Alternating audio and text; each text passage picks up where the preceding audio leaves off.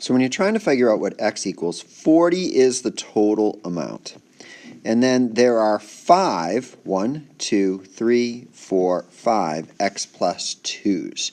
So if I write it like this, 5x, actually, let's do it this way. 5 times x minus 2 equals 40.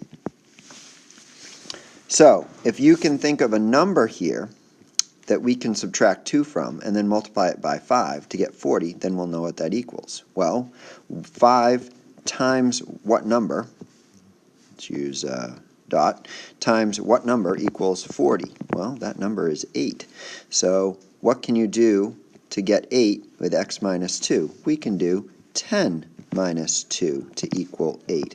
That means that if we had 5 times 10 minus 2 equals 40, then we'd have 5 times 8 equals 40, and this would check out. So that thing that we need is the 10.